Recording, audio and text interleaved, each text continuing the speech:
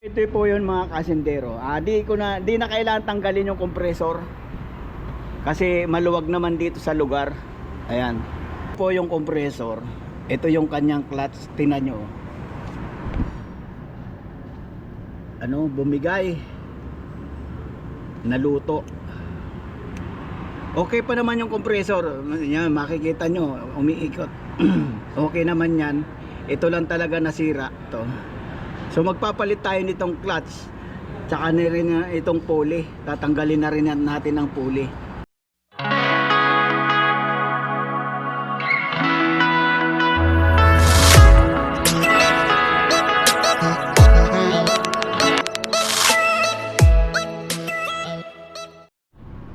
Hello po mga kasindero, magandang umaga po sa inyong lahat at mapagpalang araw po sa inyong lahat. Mayroon na naman ako i-share sa inyo yung mga kasindero. Ito ay Honda Accord 2019 model. Problema nito aircon. Pangatlong beses ko nang ginawa ang ganitong problema.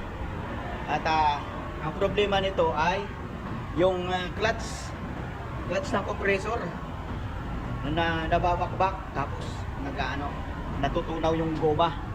Papakita ko sa inyo. Ito po yun mga kasindero. Di na kailangan tanggalin yung compressor kasi maluwag naman dito sa lugar. Ayan. So ang ginawa ko na lang dito sa mga stroud, ito. Ayan. Bangga naman to eh. Lasog-lasog kaya ginanyan ko na lang gawa ko. Tapos ito nakatakip to rito. Yung mga ginawa kong iba kasi palibasa maganda pa yung sasakyan. Tinanggal ko tong buo ito. Tinanggal ko yan ng buo. Ayan, mula doon hanggang doon. Ayan. Lasog-lasog naman tong kaya di ko na tinanggal, ginanyan ko na lang. Ito naman plastic naman to, madali naman iunat ito eh. So ito po yung mga kasindero. Ayan.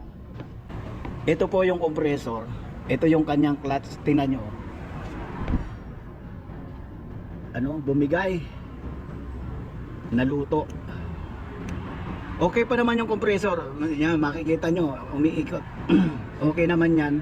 Ito lang talaga nasira. Ito. So magpapalit tayo nitong clutch. Tsaka na rin itong pulley. Tatanggalin na rin natin ang pulley. Papalitan natin ng bago. Kasi yung nabiling bago, kasama yung pulley. Ito yung bagong pulley. Kasama yung clutch. Ito naman yung bagong clutch. Ayan. Assembled in USA. Ang problema nga pala nito mga kasindero kung hindi sobra sa preyon, nag high pressure siya, sobrang init. Yan. Kaya hindi kinaya nitong goma. So tatanggalin natin ito. Ito tsaka ito.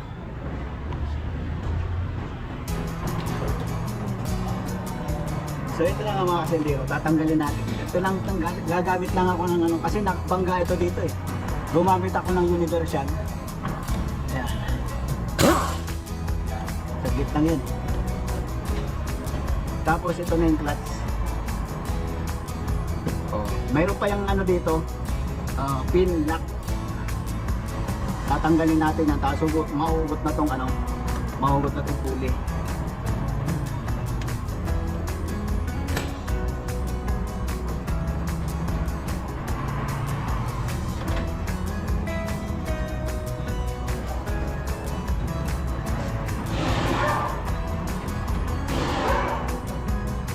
So hindi natin magamitan nitong ganito kasi alanganin ng lugar. Kaya naman sipatin lang yan dito mga kasindero. Sisipatin na lang natin.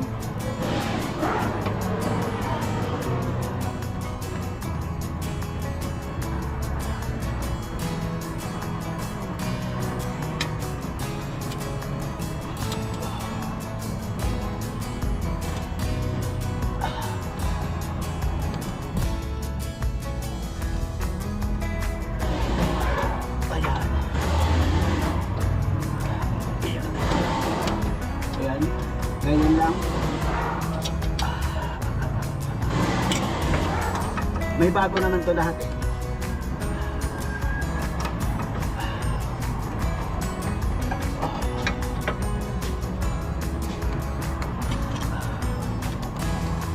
Sana mo. Ay, matigas. Okay, malambot. Ayan. Yung dalawang ginawa kong ganito, matigas, kaya ginamitan ko pa siya ng puller. Ito ngayon, malambot lang. So, ito ilalagay na natin ang bago. Yun. So, ganito rin lang pagkakabit nito mga kasindero. Mas madali naman magkabit nito.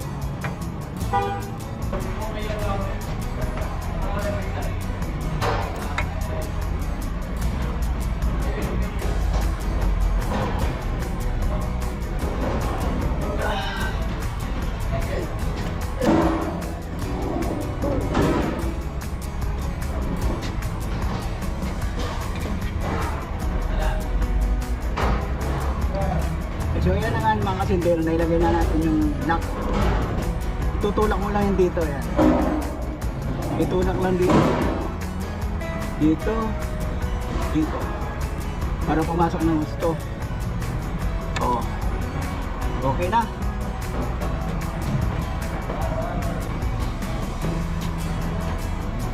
Tapos ito mga kasindero, may spacer yan, ayan oh. Spacer. Para madaling ilagay doon, tusukan mo muna ng screw dito. Lagay mo yung spacer. Ayan. Tapos, ganun na. Ayan. Oh, kulang ang spacer natin. Magdadagdag tayo.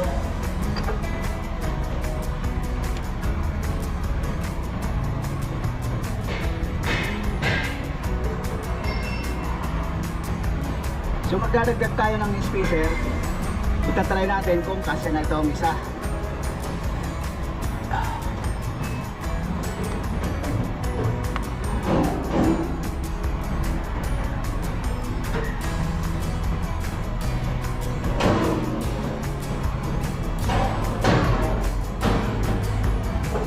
Igpitan natin ang tornilyo. Igpitan muna natin tornilyo. Tingnan natin. Kung kailangan hindi sasama yung pulley. Ayan. Kita niyo yung pulley? Yan, hindi sumasama, ibig sabihin yan hindi sumasayad.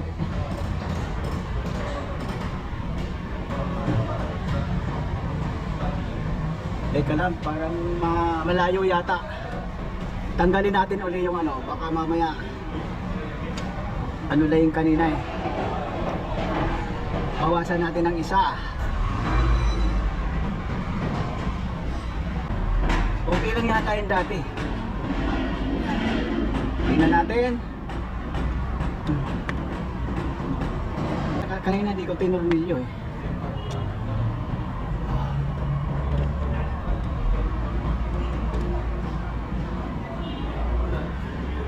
Ayos. Ayos lang. So ipitan na natin. Tapos tingnan natin.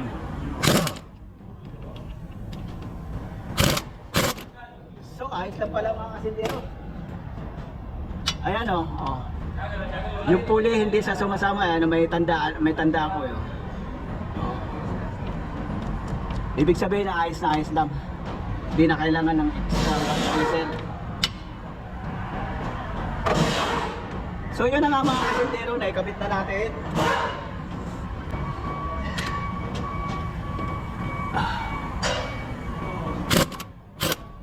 Ayos na yan, is lang yan eh. Baka malustay. So ito, ay pambihira, lumabas pa. Kakabit na natin yung belt. Pambihira. Itong nakakangalay eh.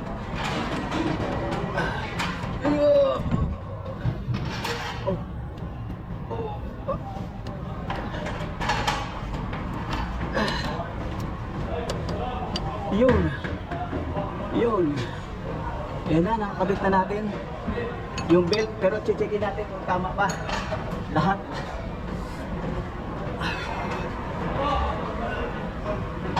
Ayun, yung sa alternator sumala yung sa alternator. Pambihira. Oh. Yo, nice na. Okay nga ron.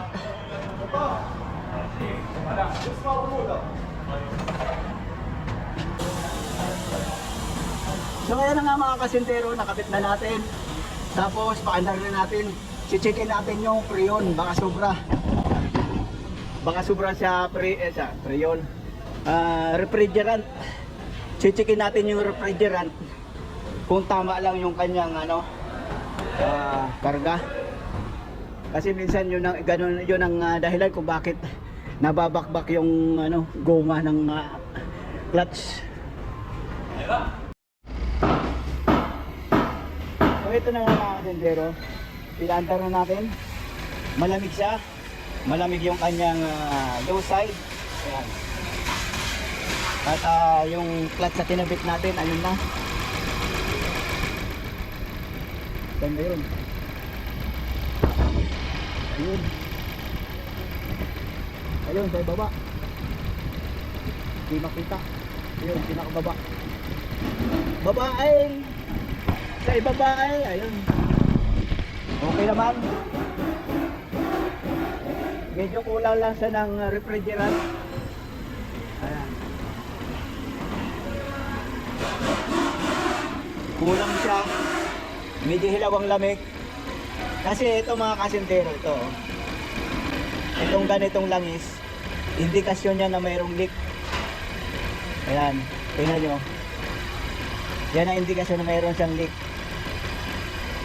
Kakausapin pa natin ni Ari kung aayusin natin yan bago kargahan po yun. So ito na nga mga kasintero, ito na, ayos na, nakabit na natin. Na-check na natin. Kulang ng preyon, kulang ng refrigerant. Preyon ako ng preyon. Wala kasi pagkabata, preyon ang tabang sa refrigerant. So, understood na yun. So yun na nga mga kasintero. Hanggang dito na lang ating vlog. Nawa ay may na-share ako sa inyo. Nawa ay may natutunan din kayo sa aking munting video na ito. At maraming salamat po sa inyong lahat.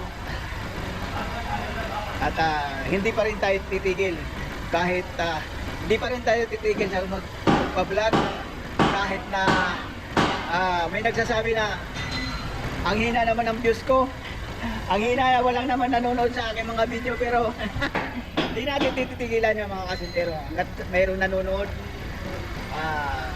Huwag tayo susuko, hindi ako susuko. So yan na mga kasintero, maraming salamat. Kahit pa paano may nagsasubscribe paunti-unti, maisa-isa. Yan.